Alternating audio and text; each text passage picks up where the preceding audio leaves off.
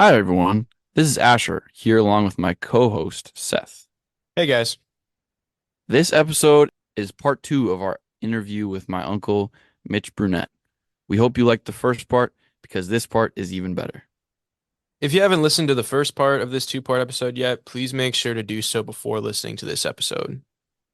Seth and I's adventure microdoses at the end of the episode will be current, and Mitch's will be as of the time we recorded with him, which is about 3 weeks before you'll be hearing this episode, as he was gracious enough to provide two microdoses when we recorded with him. If you're new to the podcast and enjoyed the last episode, welcome. We're glad you're here and enjoying this adventure with us. We don't do this often, but every once in a while, we like to remind people that if you enjoy the podcast, make sure to follow us wherever you listen and leave a review. This helps us get more visibility on the platforms where we have episodes, and it means you'll never miss out when we drop a new episode. We have a ton of fun recording these episodes for you, and we'd love to have more people come on this ride with us. So with that, sit back and enjoy a Mitch of All Trades Part 2. And as always, don't forget to go forth and live uncharted.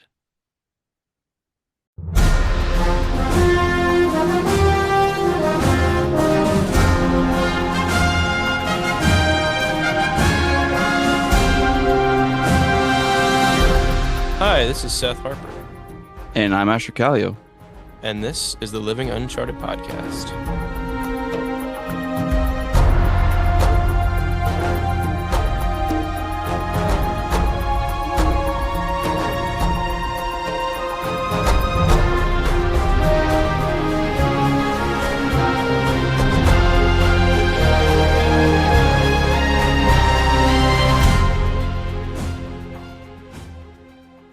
I think now we should transition a little bit more into the hobbies side of what you want to talk about today and what we want to ask you about.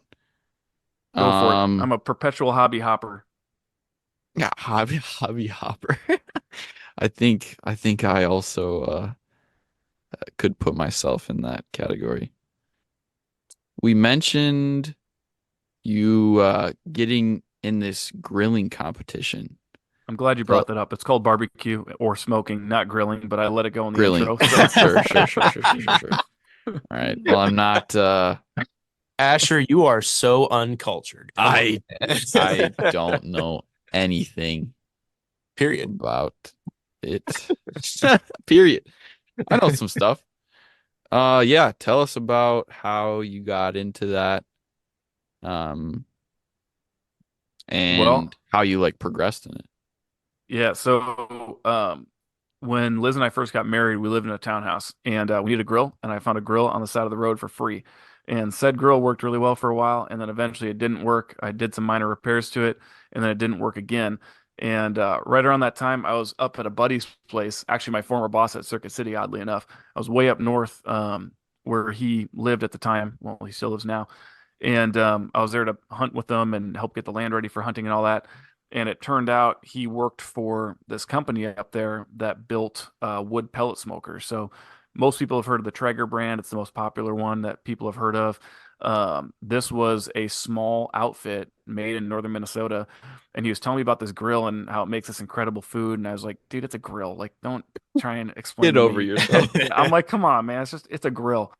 And he's like, I'm telling you, man. And so we drove to the nearby Walmart and bought like every meat you could buy because that's how I am. I wanted to prove them wrong. So I bought, brats, I bought chicken thighs, I bought steaks, you name it, I bought it. And we threw it on this dang grill, and we smoked this food, for a couple few hours. And it turns out he was right. It did make it, it made incredible food. And so I was obsessed. And then I found out there were like 1,000 or 1,500 bucks a piece. And you could Yeah. get like a Weber at Home Depot for 400 bucks. So I found a Traeger, got lucky. I found a really nice old school one on like Craigslist back then. And I bought that and became just obsessed. But not before I incorrectly made some like venison sausage that gave me food poisoning. Oop. And I think I also left it out in the rain once and didn't realize the electronics wouldn't like that. So I had to tear the whole thing down and rebuild it. But yeah, we got obsessed with it. And then Asher you know, my wife is a food scientist, so she's like the queen of the kitchen and all the culinary arts. Yep. So she started making her own rubs, and um, we got, I mean, absolutely head over heels obsessed with it and decided we wanted to compete. And so we only did two professional competitions, but I'll just say this, we competed against like legit pros, like people that you would have seen on TV. They're that good, and we did pretty well. But in order to do well, you gotta know how to play the game. And so we watched every episode of Barbecue Pit Masters, if you've ever heard of that TV show. Yeah. Yeah.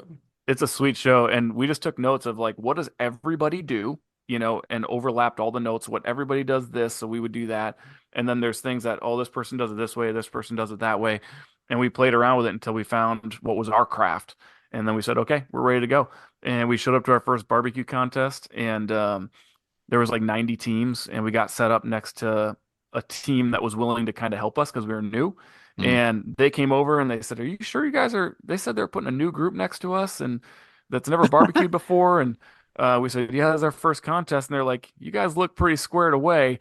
And you know, and we did pretty well. It was a lot of fun, and we enjoyed ourselves. And then we did one more down in Kansas City against about 175 teams, and it was a ton of fun. So I do it all the time, but it's super expensive to just give your Yeah. money away. You're just giving Yep. your money away to the real winners. So Sure. Yeah. yeah. I have I've never participated, but I've been the recipient of the smoked meat many times. Uh-huh. Many times Mitch has brought um brisket and chicken. You guys did the turkey this Thanksgiving, right? 100%. Yeah. Were you at That was the so good. 100 year on the farm party? I You must wasn't. have been. Oh no, you weren't. You were probably in Italy or Israel, huh? In Um, 2018? Anyway, we yeah, uh I don't know. that's when I knew I'd reached a level of comfort with barbecue is when your grandfather asked me to smoke meat for 150 people Ooh. for his 100 Yep. year on the farm party, which is just a little itty bitty accomplishment in life. And You knew so you'd made it at that point. yeah, so I trailered down I think four smokers, and we made I think it was eight briskets, eight pork shoulders. And then when those were all done and like resting, I smoked like six or eight chickens or something too. And then I refused to not serve to everyone because I wanted to like personally have that love connection with everybody through the line.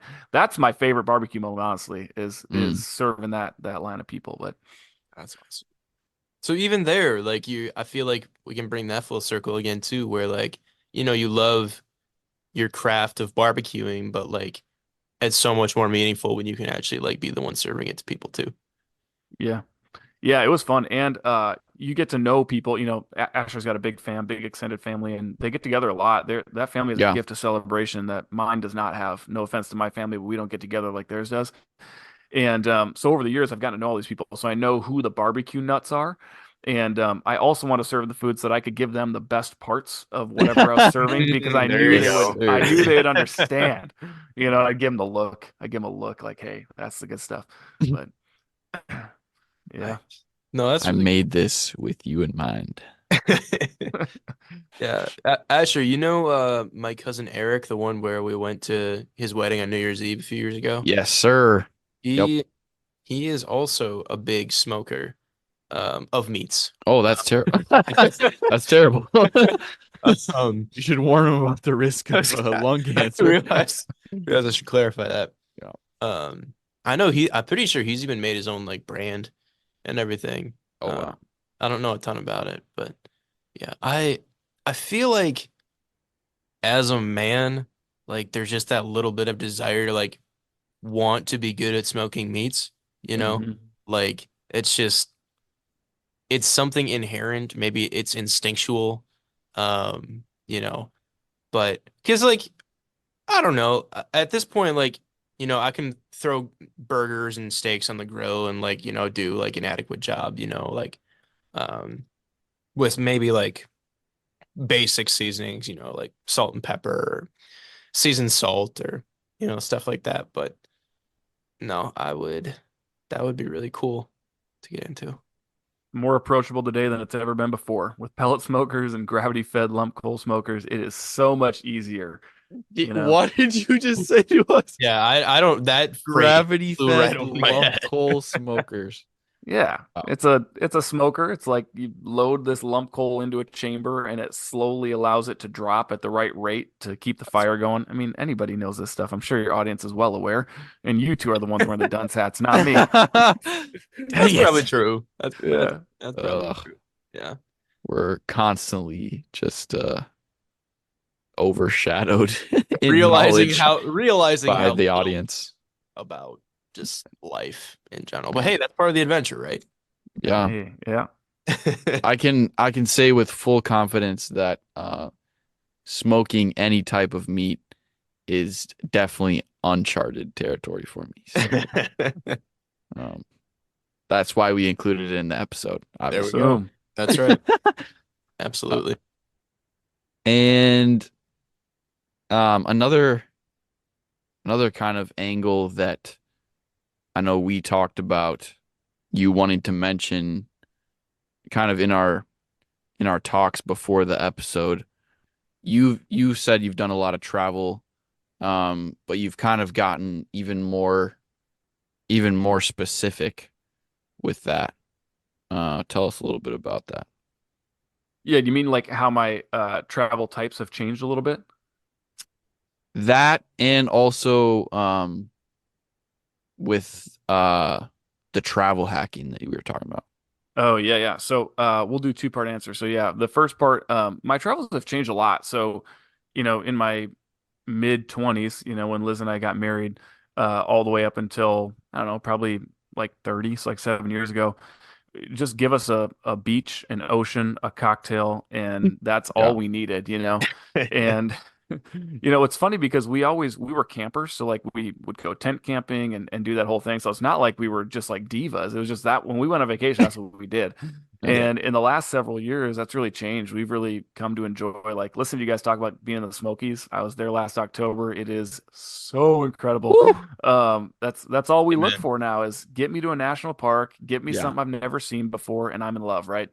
So our mindset shifted quite a bit in that capacity. But on the travel hacking front, I'm going to preface this with two things that if after I carry on speaking, I hope your listeners hear these two things clear as day. One, I am a novice. Whenever I tell people about this stuff, people think I'm like, I must be an expert on it. I'm really not. I'm very, very, very much a novice. But the second thing is, uh, there's an incredible amount of responsibility you have to have and self-discipline, because this is essentially playing games with credit cards, and credit cards get people into a lot of trouble. Yeah. And I mentioned it earlier. I'm a huge personal finance nerd. I'm all about investing, saving, finding balance in life between like find the balance between you only live once and also you got to live for the future too, right? Like, so live Yeah. now while living for the future. And so with credit card hacking, there's all these nerds out there that have done the work for us. But essentially, it's just if you take a look at your everyday life and whatever expenses you have, and if you can execute paying for things on a credit card instead of your debit card. And then I'm so disciplined about this that I pay my credit cards off every week. I don't even wait till the month because I don't want to forget and then accidentally pay interest because it's massive. Yeah. But you build up these points and there's sign up bonuses. So just to give you one real world example, Asher, I was telling you a little bit about this before our recording started, with Southwest Airlines specifically. Yeah. You can reach what's called a companion pass. And so my wife has this. So we got 135,000 points is what you have to get. It's really easy to do if you just get two of their credit cards, and in one person's name, hit the sign up bonus, and boom, you reach 135,000 points. And now she books a flight, and I get to fly with her for free. And depending on when you land that, you can get really lucky. Like we timed ours pretty well, to where it kicked in like April of last year is when Companion Dang. Pass started, and it's good all the way through this year. So we're talking like 17 months. Yeah, that's the right look. So any flight that she books, Anything, you're there. any flight that she books, I go for Woo! free. Yeah, it's crazy. So that's just one example. And just I guess to kind of like land the plane a little bit. Dad joke. What you did there. Wow. Dad joke, pun intended. That Uh, that was That was greedy. That was a Know what I said greedy about pay. tangents that produce comedy gold, everybody? Well, Oh there you man. go. We got it. So to bring it all together, just to kind of conceptualize it, so I built up my travel rewards over the course of about 15 months before I even used one and cashed one in. And then the subsequent year after building them all up, I went on 4 trips, and I didn't pay a penny for any of them. And Wow. there were 4 good trips, and I still have a pile of points to spare. So that's the power of it. But just to reemphasize, you got to be smart with this stuff. If you pay 1 penny in interest, it wasn't worth it. You Yeah. have to accomplish the payoff on time, or in my case, I pay early to make sure I don't get there. So, all right, I'll pause and let you fire away with any questions you got. Can you so you were saying like don't yeah, obviously don't incur any debt with that. Can you automate those payments? That might be the smartest question you've asked all day. Yes, you can. Yes, you can, and you should. And what's funny is I automate my payments as well, to automatically pay the statement balance in full every month. But I still am so anal about it because I don't trust computers, and I don't want to get hit. I mean, it's like 24% interest, right? Yeah, So like that's insane. Jeez. sometimes with I did 2 remodels of bathrooms in my home this last summer, and I must have charged $13,000 to credit cards over the course of like 3 months. You accidentally get hit with Yeah. 20%. That's a No, big thank number. you. Yeah. So yeah, you got to be careful. Yeah. Yikes. Automate, automate, automate. Great question. That's a great it's a great answer for all things personal finance Sure. automation. It's why people are 401k millionaires is because they automatically contribute. They don't ever see it, Sure. and they don't ever look at their statements because they're either scared to or don't care. And then they look 30 years later, and Warren Buffett says have a cardiologist standing nearby because you might have a heart attack when you see what's in there. And it's all the power of automation, man. Automation and the stock market. But Yeah. I was the automation part about the credit cards. That was like I only have one credit card right now because I got one pretty much right after I turned 18. Um and it was your basic like standard student credit card, like nothing special about it. You get like 1% cash back and then like 5% cash back on, categories that revolve quarterly. But yep. um I had automatic payments set up for that right away too, because I also knew that I was the kind of guy where like I'm responsible with my money, but there's definitely going to be times where like I just wouldn't think to pay it. Like I would just forget about it like at the end of a month. Um and so yeah, I've never had to pay interest on that. So That's the way to do it, man. That's living clean. Squeaky clean. Yeah, Asher, do you have a credit card? I do not. And it's it's getting to the point where I'm gonna need one because I want to start, you know, moving on with life, and I don't know when I'm gonna. Move on with life. All right. Um, I don't know when I'm gonna buy a house, but that's like definitely on my mind, and I have like zero credit, so Well, hey, I'm glad you carried on that thought because I was going to challenge you and ask you what you meant by move on with life because the traditional knowledge that's out there about money and personal finance is about as good as the government's opinion of like the food pyramid, and it's all hogwash. oh no. You're just being sold a bag of goods. So I was kind of curious where you're going with that. So if you want credit to get a house, there are ways you can do that. I don't know the exact answer, but I know recently even like paying rent, paying medical bills, paying Yeah. a cell phone bill, you need to do something to tell the credit agencies, hey, I'm paying for these things. But I believe you can quick Google that and figure it out and then do those things and all of a sudden start getting your credit built up so that you can, buy a house eventually. Hmm. Yeah. Mitch, I think you mentioned like the one example of the credit card you got right now is through Southwest, right? That's what you said. Yeah, one of a few. Okay. Yeah, I figured. I'm pretty sure obviously I don't personally have that card, but I'm pretty sure my mother-in-law has that one because I know last March, I want to say. So yeah, coming up on a year now. Um, my wife and I we went out on a road trip first to Arizona. We drove out there with some friends and then Rowan's grandparents. came from Santa Monica to pick us up in Arizona, and then we went back there and spent a few days there, and then we flew back to Wisconsin from Los Angeles. And I know we didn't have to pay for our flights for that flight back That's because so nice. her my mother-in-law used her rewards points from that card for that trip. So I already have some indirect experience and Exposure, yeah. exposure to There you go. what the benefits of that can be. So Yeah. It's really powerful stuff. It's honestly the last it's kind of the last frontier of the personal finance community that I follow. So there's this community called the FIRE community. It's financially independent, retire early, and it's this group that I nerd out with. And the credit card hacking thing was the last thing I got around to, and it was partially because I didn't understand it, and partially because it sounded like a lot of work. And once I figured it out, I was like, well, I'm just going to try once, and then I was like, well, that was easy. I guess I'm gonna do it again. Well, that was easy, and it just kind of kept carrying on. And so, like I said, I'm a novice at it. People have all different angles to it, but for the sake of this podcast, the real reason I wanted to bring it up is just because I hear you guys talk about how you cruised around and slept in Walmart parking lots and all this stuff. And I'm thinking, man, y'all could use a Holiday Inn, just like Yeah. one of those nights to get a shower in a Holiday Inn instead of a river. hey, that river bath was it was an experience, and It I'm was glad. better than any shower I've ever been in. Well, I mean, I don't know if I'd go that far, I don't but know what kind of showers you have access to, man. The state of the art ones. But, yeah, whatever. no, I don't know.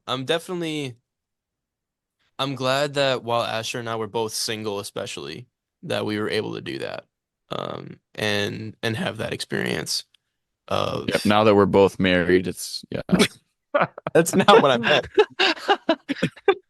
You said both single, as in at the same time. That's what he meant. Yes, correct. Yeah, Yeah. I We were know. both single at the same time. Of yeah, just like being able to, you know, I don't know, like rough it a little bit, honestly. Yeah.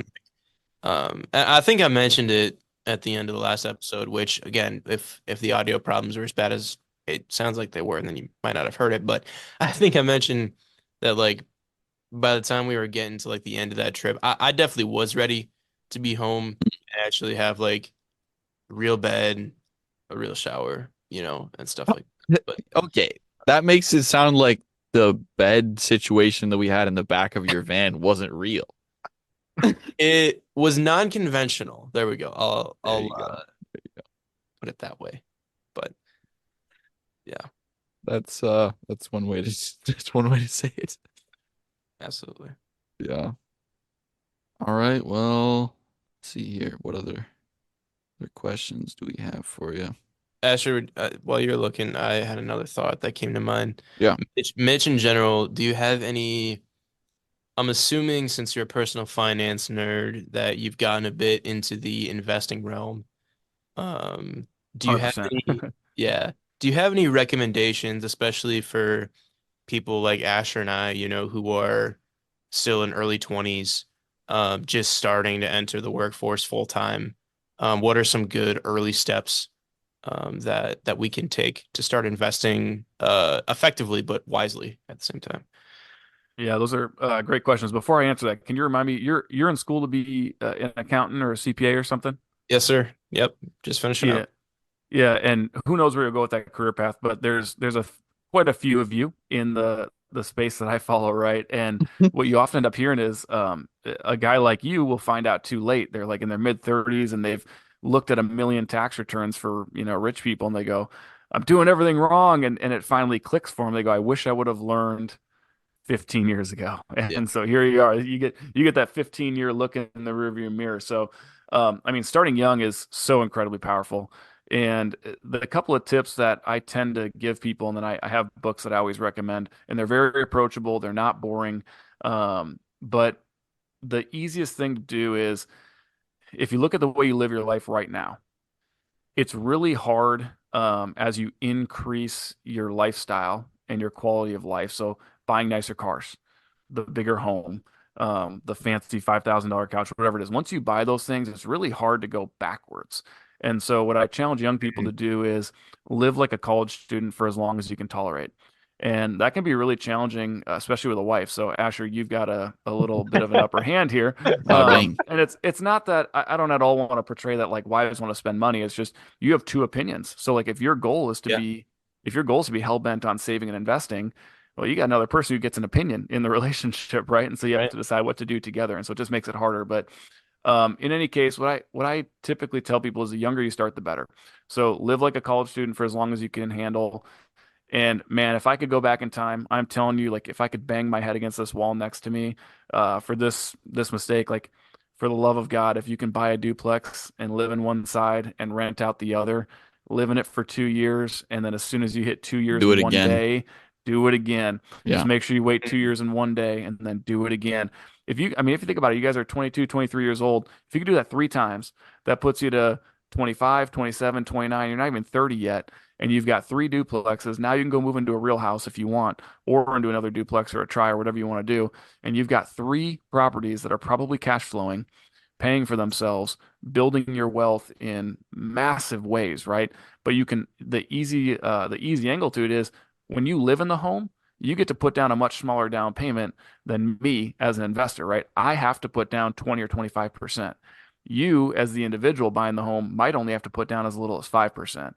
And Yeah. that's the Especially power. like first Yeah. time homeowner. Yeah, 100%. So that's the second thing is if you can control your living expense would be huge. And if you can wipe it out by house hacking through duplex or triplex would be massive. And the third thing is, I mean, use your 401k if you've got one. Asher, I know you're in the public sector, so you might have like a 403b or a 457, but either way, take advantage of whatever that tax-free Yep. savings opportunity is. And in all honesty, if either of you want to talk about this offline, I will happily spend an hour with either of you because I geek out about this stuff. But at a bare minimum, take the match that the company gives you. They're going to often match 3, 4, 6%. Take that. And if you can do more, do more. And then, gosh, I could go on and on, but you're probably going to get raises every year. I always tell people, like, I always live on my income from 4 or 5 years ago. So I never take my Mm. raises until 4 or 5 years later.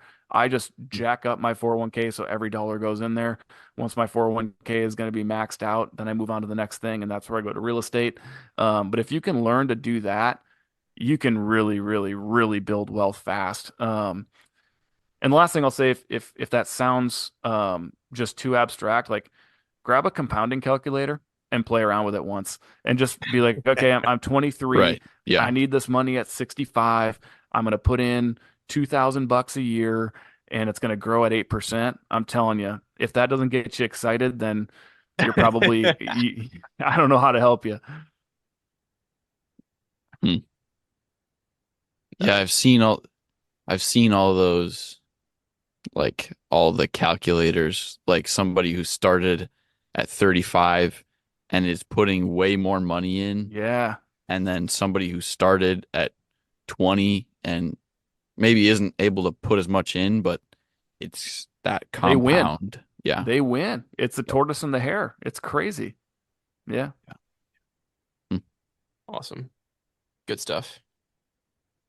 Yeah, I think another um kind of angle that I wanted to approach these questions from, um your son, my cousin, um he's pretty young, but I imagine coming up here you'll be starting to teach him in the ways of The force. well, sure, the financial force, whatever you want to call that. Um, what are some ways that you'll be preparing him for life? And what are some ways that you wish that you had been prepared? Well, before I answer that, I'm gonna create a little conflict and just say I have as strong of an opinion about the Force and Star Wars as I do eggnog, and it's I want to and hear about this now. Yeah. it's unwatchable and makes no sense to me. But we'll move on. So, Oh, uh, Really? man. Wow. Dang. I mean, so dang. All right. Well, that's a hot We take. might have to come back to that. Oof. so Uh, so Bennett's 7, and we've actually tried to influence him from a very, very young age. And so part of the, I guess, result of being a lifelong learner, which is kind of what I label myself as, is you read a lot of things for business or for personal or for self-development, and you end up learning about things you didn't intend to learn about. Mm, And there's this incredible book called Mindset by Carol Dweck, and it talks about how people generally fall one direction or the other. They tend to have a fixed mindset or a growth mindset. They lean more one way than the other, but they have both, generally speaking. mm, And I read the book for business, and in the process, learned how much of an impact it has on parenting. And so we've really focused from him being an infant on having a growth mindset and in simple things like we never praise him for doing something well. We praise him for how hard he worked at it. We Mm. tell him to look for things that are harder rather than just things that are easy. Or if he tells us, "Oh, I can do that, it's easy," I'm like, "Cool, I'm not interested in that. Find me something that took you some effort, and then you'll impress me." And like we work on things like that. And on one hand, that could sound harsh and be like, "Impress me later," like I don't want to sound like that, but it's little things like that that we've tried to impress upon them. And then, I mean, there's a lot of like wisdom and knowledge you can pass on to a kid when you're driving from place to place. And once in a while, yeah. we'll bring up like, "Hey, bud, I got to run over to the rental house today to take care of this or that. Do you remember why we have that rental house?" And sometimes he remembers and sometimes he doesn't. And, we Yeah. just remind him because we save some of our money, we spend some of our money, we give some of our money, and we invest some of our money, which saving and investing kind of goes hand in hand. And so we teach him that stuff now. And the one thing I haven't done, and you're probably going to challenge me now, or I'm going to challenge myself because I'm remembering, he's got like $200 cash in my safe right below me, Mm, and I've been meaning to borrow it from him and then pay him interest back. Like literally write out a legal note. Like I'm lending dad $200. Dad needs new blinds for the rental house and he's going to pay me back over 8 months. And when I get my money back, I'm going to get $228. mm. I keep meaning to get around to that. I haven't done it. So I got to borrow money from my kids so I can pay it back to him. Um, and then the one other way is, I mean, the classic, you guys make a lemonade stand when you were kids, I assume, at Oh some yeah. point in time. Absolutely. Yeah. So we do That's a lemonade. canon event for any young entrepreneur. Yeah. So That's we built do in. we do lemonade stands with them, and let's be real, my wife does the work. I don't do anything. I just carry the table out there for them, and that's it. She does all the work. But she's taken it a step further, which I absolutely love and respect, which is the first year it was just, "Hey, let's make this stuff, let's sell it, you get the money." The next year it was, "You owe me for any money that I had to go to the store to buy you something we didn't already Mm, have." The next year it was, "You owe me for all the ingredients in total for what it cost to put this thing on." And then she reminds them now, just to flex on them a little bit, "If I charge you for my time, I'm very valuable because I'm a food scientist and you can't afford me." So, so, so here you go. Oh my So gosh, that's amazing. yeah, so that's some of the stuff we're doing. Does that kind of help pass on the or answer the yeah, question? I think so. That's great. I I think I so. just I want to say something quick. I think that's so funny that like he's already learning that like what it all means that to actually make a profit and what all goes into that. It's not just like, oh, revenues equals profit. It's Yeah, revenues minus your direct costs and your indirect costs and your, cost of labor. that is an accountant on the other side of the microphone. Holy cow. No, yeah, that's fair. I'm letting it show a little bit. I I was was gonna say, talking with Seth's mom the other day, and she said actually the first words that he ever spoke, deliverables was his first word. Oh, I thought it was going So to be EBITDA. I thought it'd be EBITDA, but maybe not. That was probably when he was 2. Yeah. oh man, that's oh man, that's hilarious. My mom actually, um, short tangent. She never went to a 4-year college, but she did get her associate's degree in accounting. Um, and really, so yeah, no, hmm, not many people know that because she hasn't really used it recently. But I don't know. I don't know if that really influenced me or not, because like I like to tell people that I got into accounting because of Ben Wyatt from Parks and Rec. Uh, That's a but wake. That's a cool reason. It's not as yeah, honorable, but it's cool. um, so yeah, I don't know. It's good. Yeah, I'll say you said that he's learning all this stuff. Well, he's experiencing it. Whether or not he's learning it is a whole different Right. story. We'll Sure. figure that out Yeah. as time goes Well, I on. mean, like, even if he doesn't fully understand like the why behind any of it right now, he's still getting exposed to it, you Yeah, know? And so, like, it's a good start. yeah. Even getting a taste of it at a young age is good. Sets him up well. All right. Well, I think that was most of our questions for you, man. I think you were saying you had some questions for us, I maybe. did, Let I her rip. did, and I did, and I do.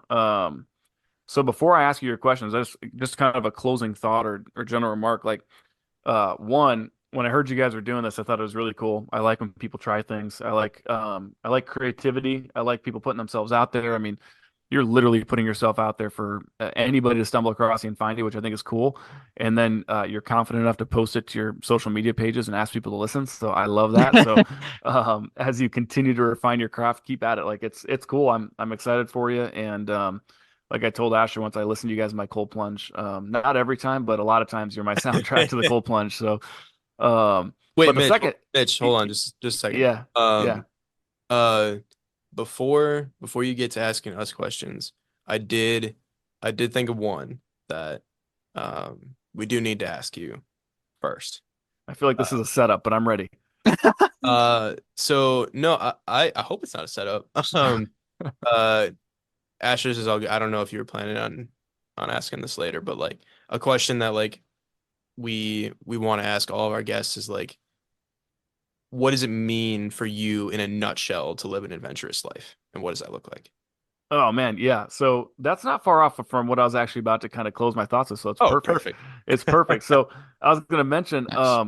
when I heard the initial concept of living uncharted, and I'm not going to pretend I remember your exact definition. I just know you got it from a video game, and it's about adventure, or I'm sorry, adventure and all this fun stuff. But what I love about it is the older I get, the more I look back and think I wish I would have figured out how to live just a little bit more along the way instead of trying to reach a certain professional or financial goal. And Sure. that's not to say I didn't live my life like a miser. I've done a lot of cool things, but I believe it or not could have done more if I would have loosened up a little bit and enjoyed more. So the reason I wanted to bring these concepts to you guys today of just some of the ways that I look at the world and the way I think about these things is because at the end of the day, like living uncharted makes me a little twitchy because it's like we need structure in life. Like we gotta check some boxes in order to be able to go and do whatever we want to do and float around the world, right?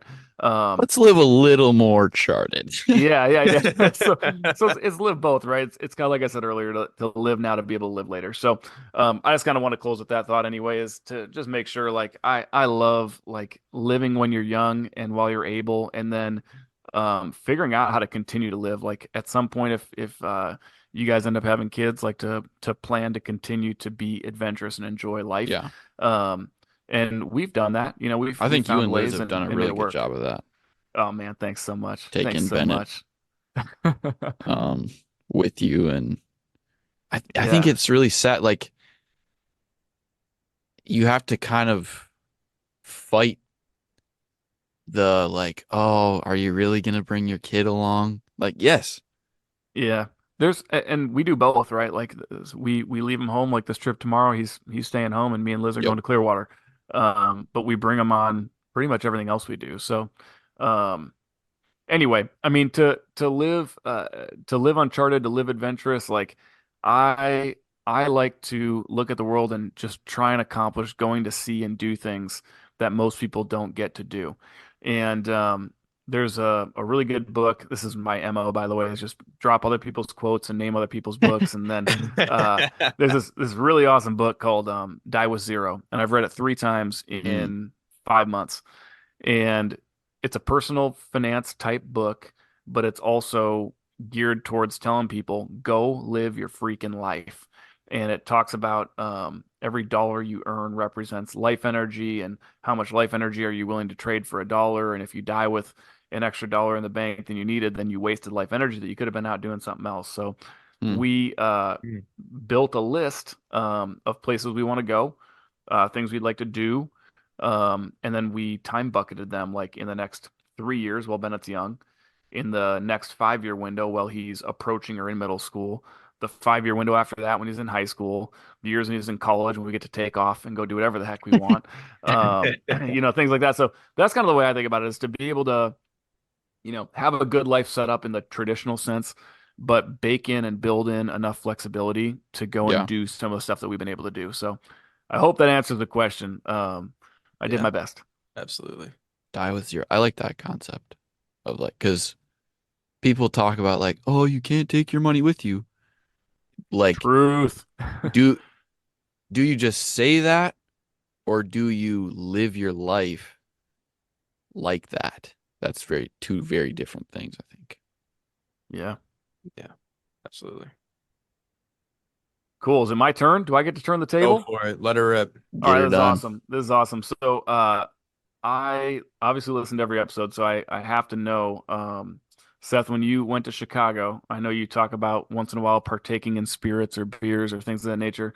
Correct. Did you do a shot of Malort? And if not, what is wrong with you? I did not do a shot of Malort at that particular time. I have actually tried it before though. Ooh. Ooh, And I for those of you who don't know, Malort is like the stereotypical like gross alcohol that like, it's very, very, very bitter.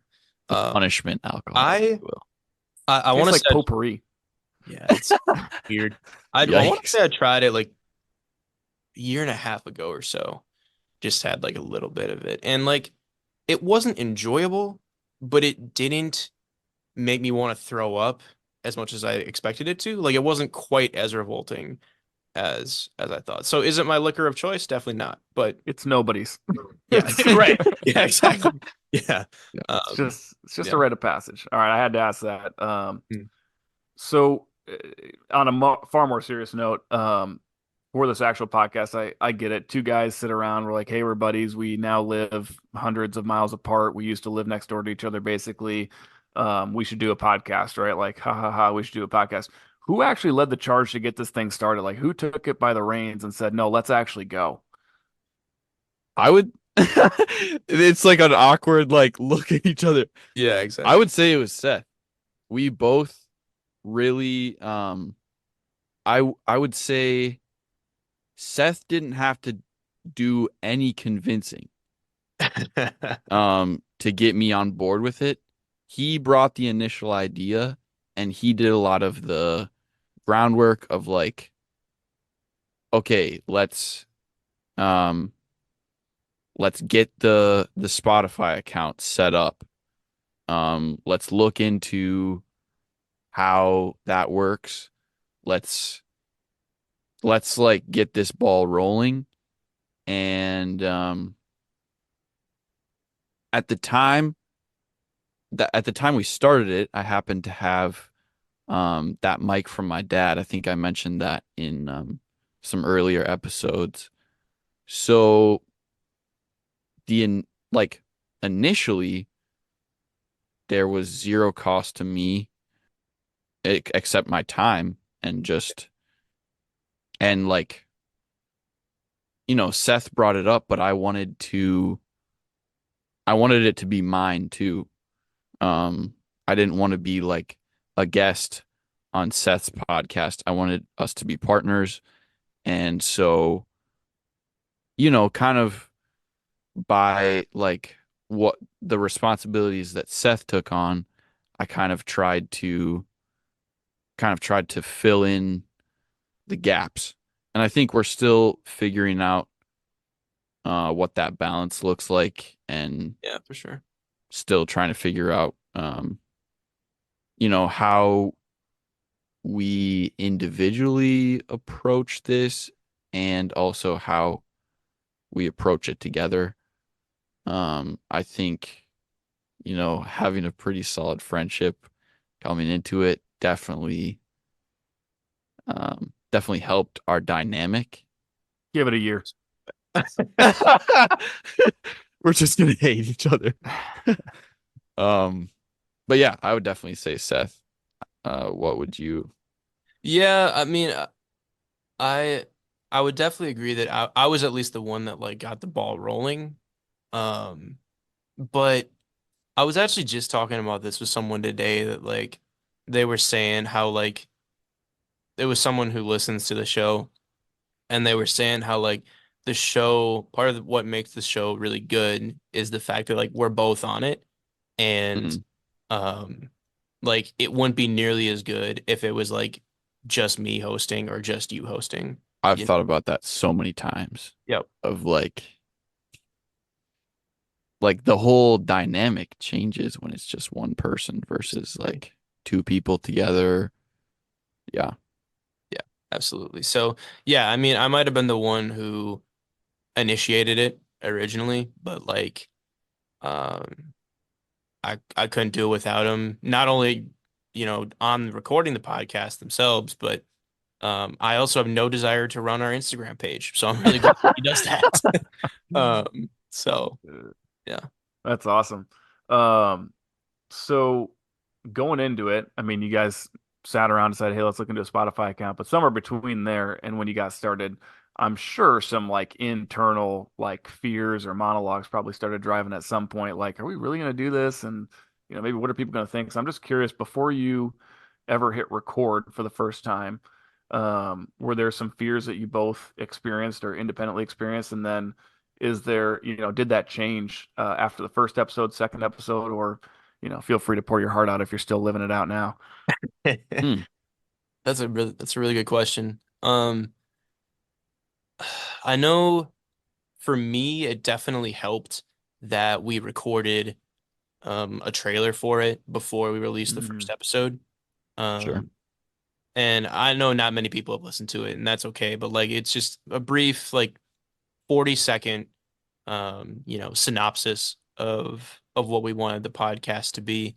Um and that I Asher, you can chime in with what your thoughts were about it, but I know at least for me, recording that first trailer was super chill, and like Mm. I had a really good time doing it, and I think it really helped with like getting my feet wet with like actually hitting that record button, but doing it in a more low stakes environment, I guess, with Yeah. recording a trailer. Yeah, sure. I don't know if I what. definitely feel like that's true. I feel like it it was like, okay, let's get together. Um, and I think it's really interesting because for me, I've found that if I can do something, that makes it way easier to do bigger somethings.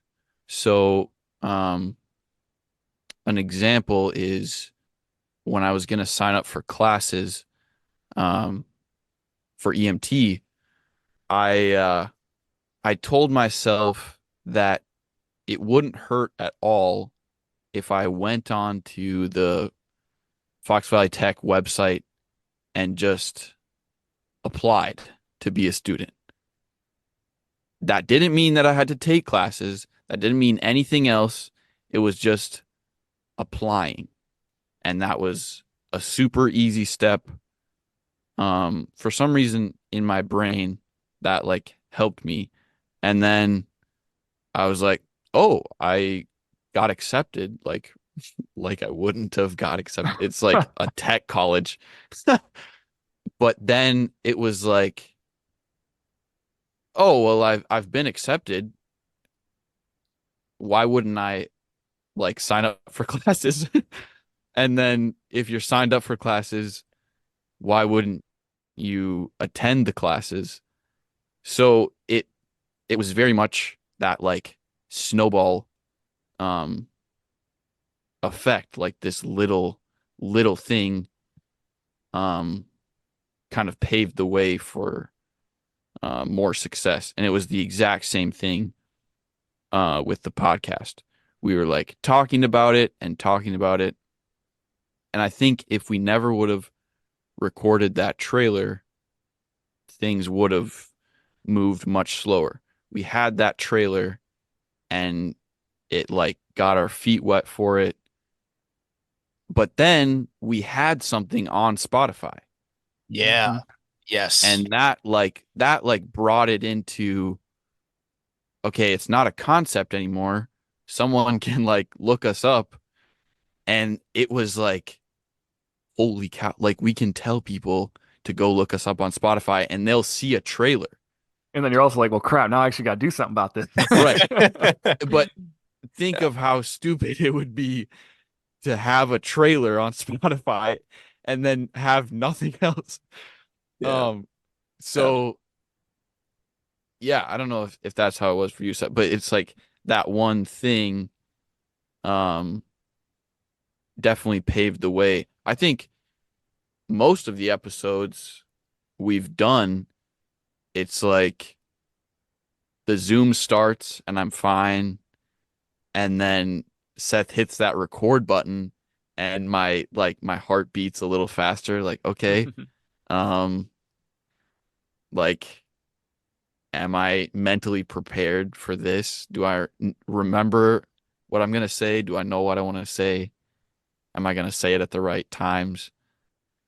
But I guess to actually answer your question, I think you did. I think you did, by the way, but go ahead.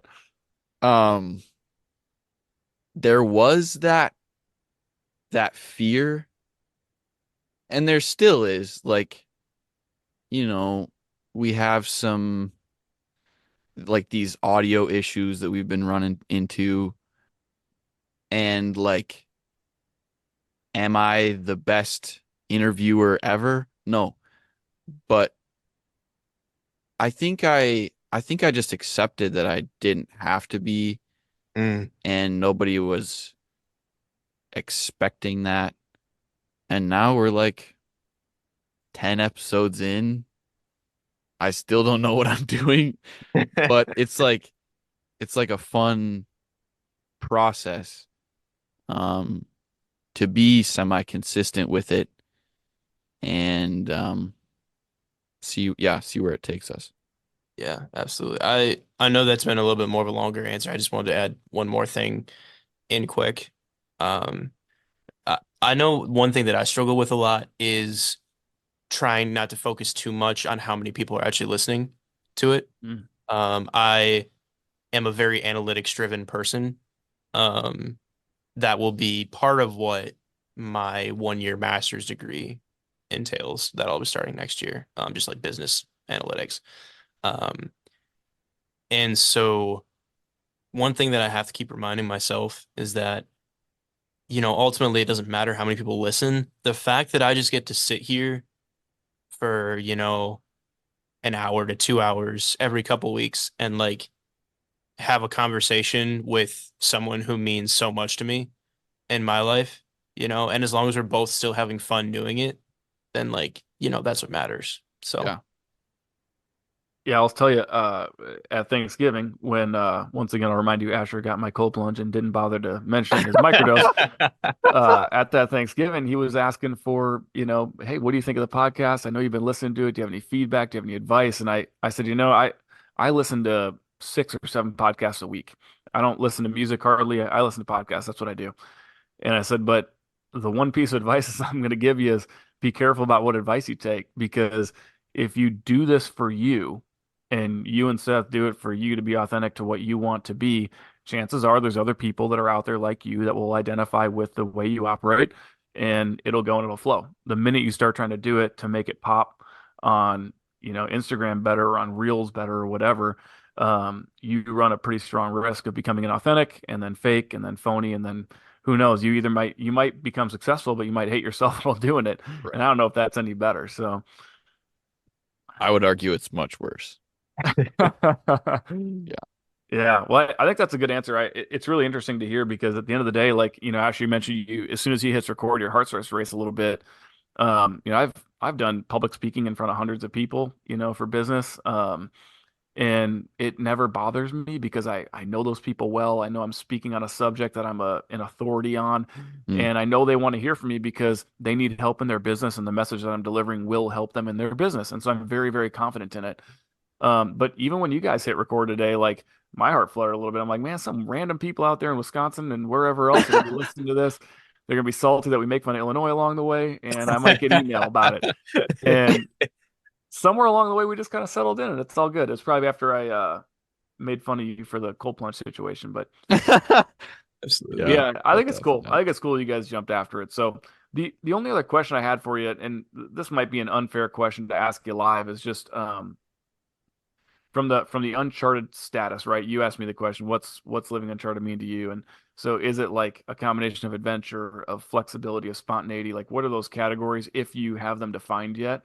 And I guess whether you do or don't have them defined, if you did want to get them defined, would it make sense to maybe put together individual episodes on whatever those, maybe mini definitions are, Yeah. to share real life examples of how whatever, I'm just gonna say spontaneity played out or true adventure played out or whatever, if that makes sense.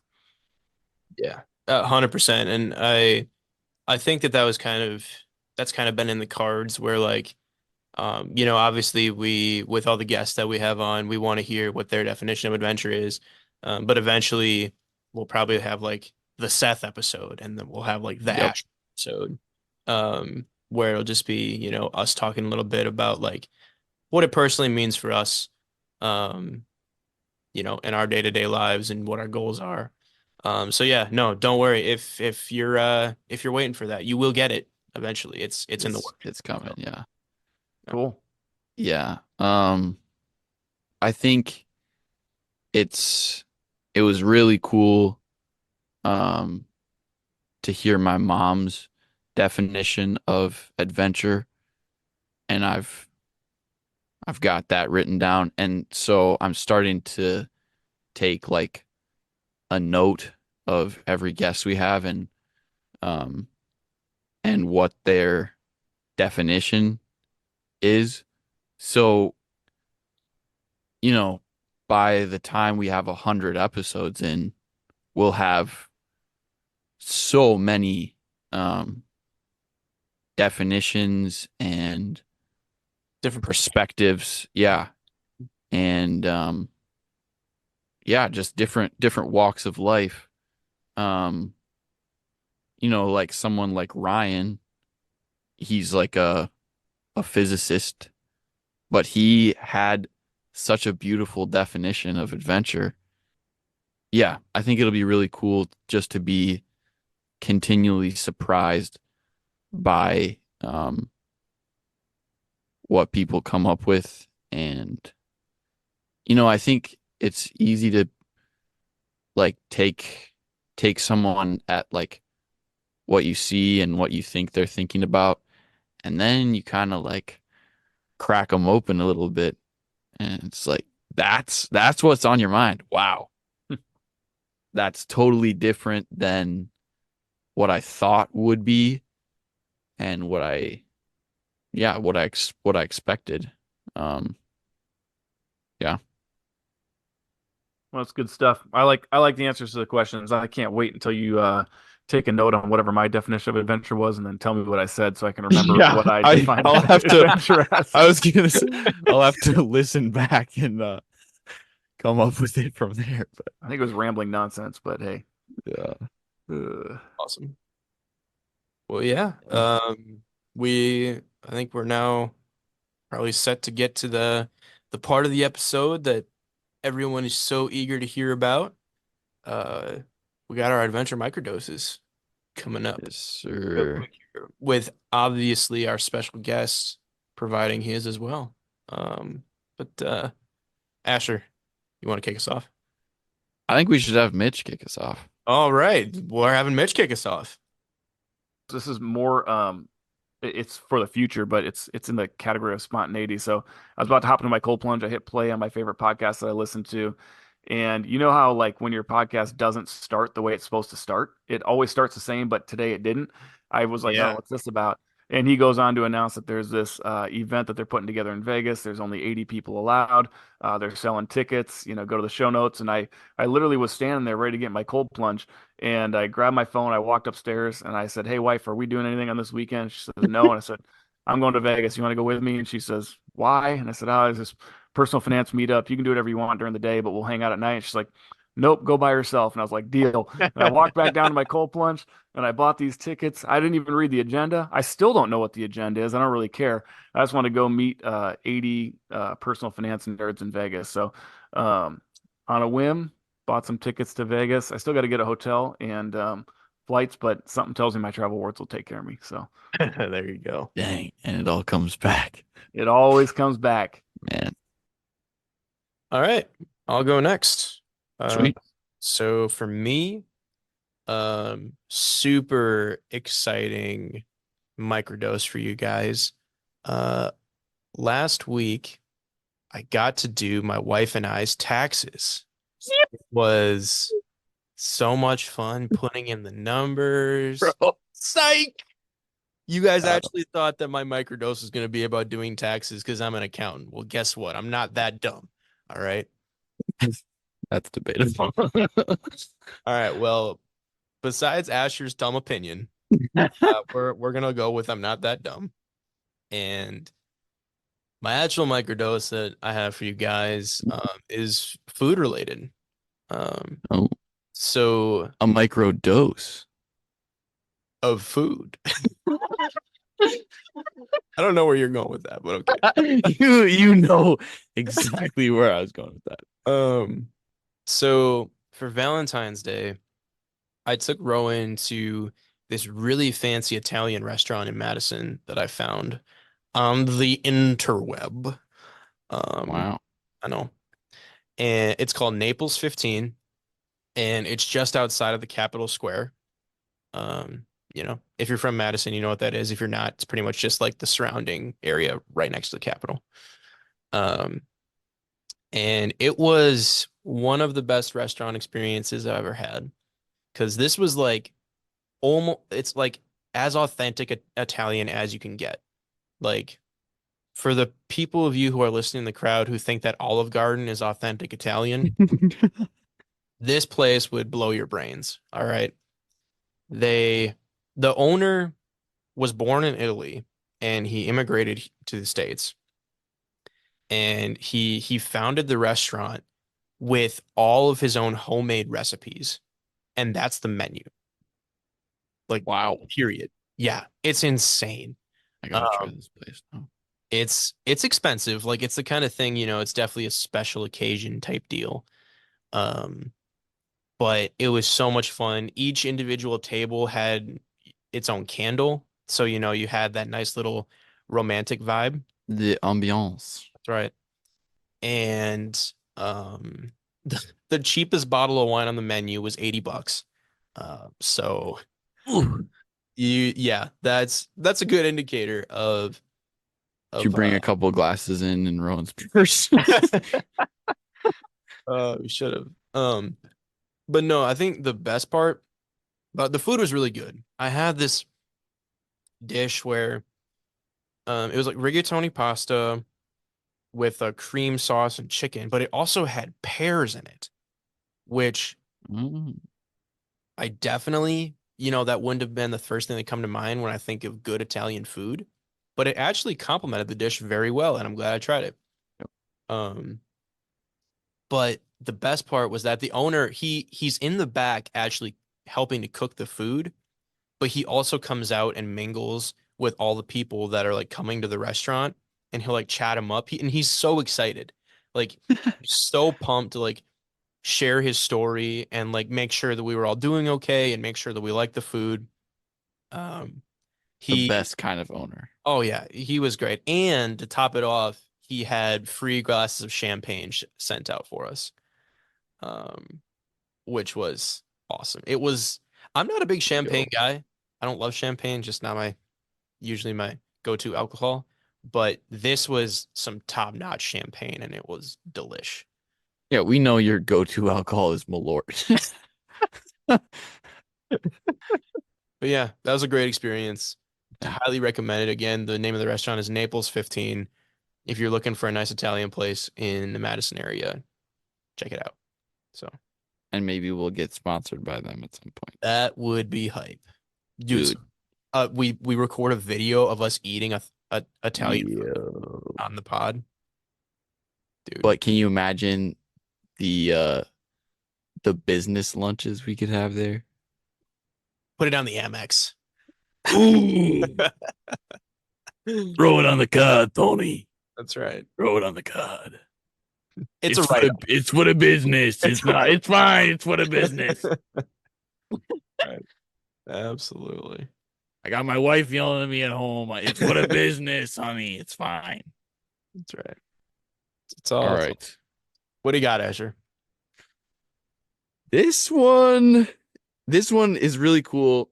It's more of a social adventure than a like physical adventure.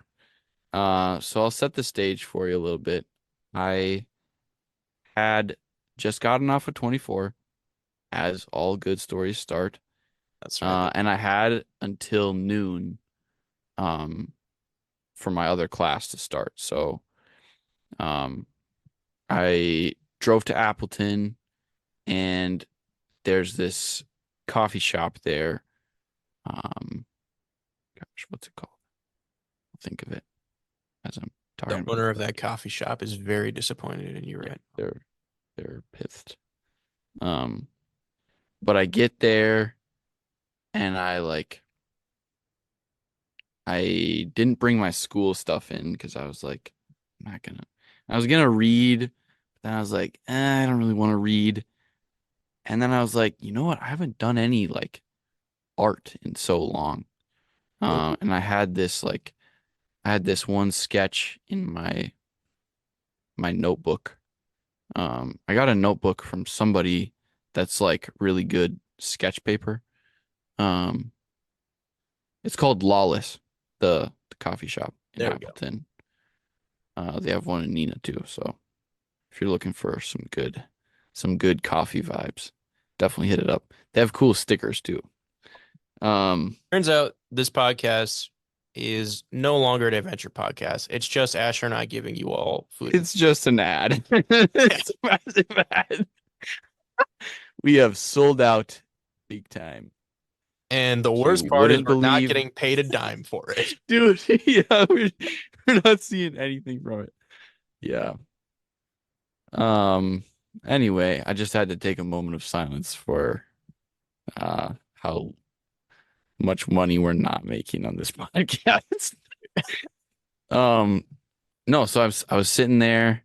I didn't even have a pencil with me, that was sharp, and I didn't have a pencil sharpener with me because why would I? So I had a pen though, and I was like, what can I draw in here?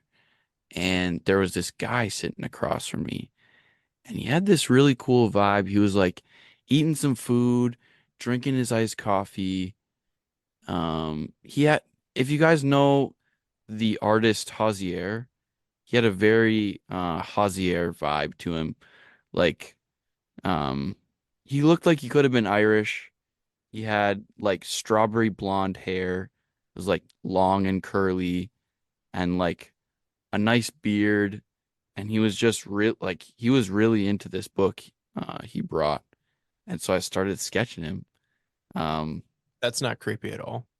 well, yeah, it's a little creepy. I'd seen this TikTok of somebody who did this. This is like his whole thing. He does this on his subway ride to work. He like sketches people that he's riding with. It's like that'd be fun. So I'm like almost done. It's not very good because it's in pen, so I can't erase anything. But I'm like almost done, and I see him like packing up his stuff. Like, oh no. So I'm like, I have to give this to this guy because if I don't, I've just been very creepily looking at him I was for gonna say 20 minutes. that's a quick way to get put on a list, and it's not Yeah. Santa's nice list, if you know what I'm talking about.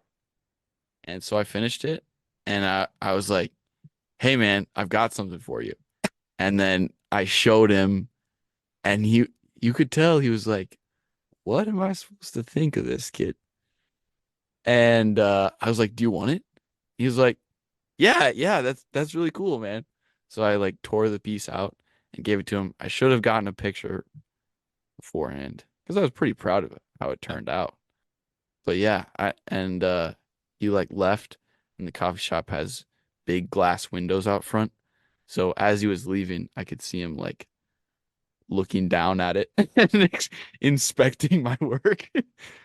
So I don't know if he liked it or hated it, but it was kind of a fun social adventure. There you go. Stay tuned for the next episode to see if Asher is recording from prison because he's a sex offender. Oh my gosh. What the heck? He was like an adult man. Well, yeah. What? Asher would not do that. Asher is an awesome, upstanding citizen. Who never breaks any laws. Never. And he's never talked about any of them on this podcast. No, so don't even check. That's right. Good deal. Yeah. That's it. That's it for me. Yeah. Mitch, wanted to thank you again for reaching out. And guys, Mitch literally texted me, or maybe he sent me an audio message. It's probably an audio message, and was like, "Hey man, love what you're doing with the podcast. If you're ever looking for a guest, I've got a few things I can talk about, and I've done some traveling. Let me know." And I was like, "Yes. Can you do like 2 weeks from now?" And so it's been really fun to just talk about logistics of it and talk about what we wanted to touch on today. And yeah, thanks for coming on. Thanks for, asking us some questions, listening to our questions, giving some of that sweet, sweet knowledge. And yeah. Yes. Well, absolutely. Thanks so it's been much. fun. Yeah, thank you. Appreciate it. It's been fun being on. It's cool to kind of chat through some of this stuff from a unique or different lens. And at the end of the day, eggnog still sucks. I'm not interested in country music. And what was the other thing I Oh my trashed gosh. on? Oh, Star Wars. Star No Wars. thanks. Star Wars. Yep. And I think we'll just have to get to all of that in another episode. Yeah, thanks for listening, guys. And in the meantime, go forth and live uncharted.